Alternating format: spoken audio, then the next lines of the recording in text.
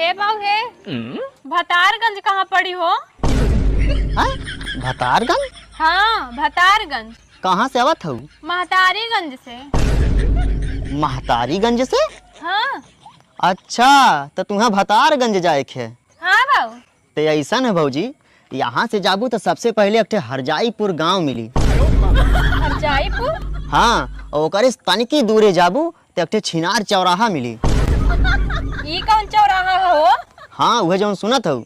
और सुना, वह चौराहा से जब तनिकी और आगे जाबू तो एक मेहरीगंज बाजार पड़ी।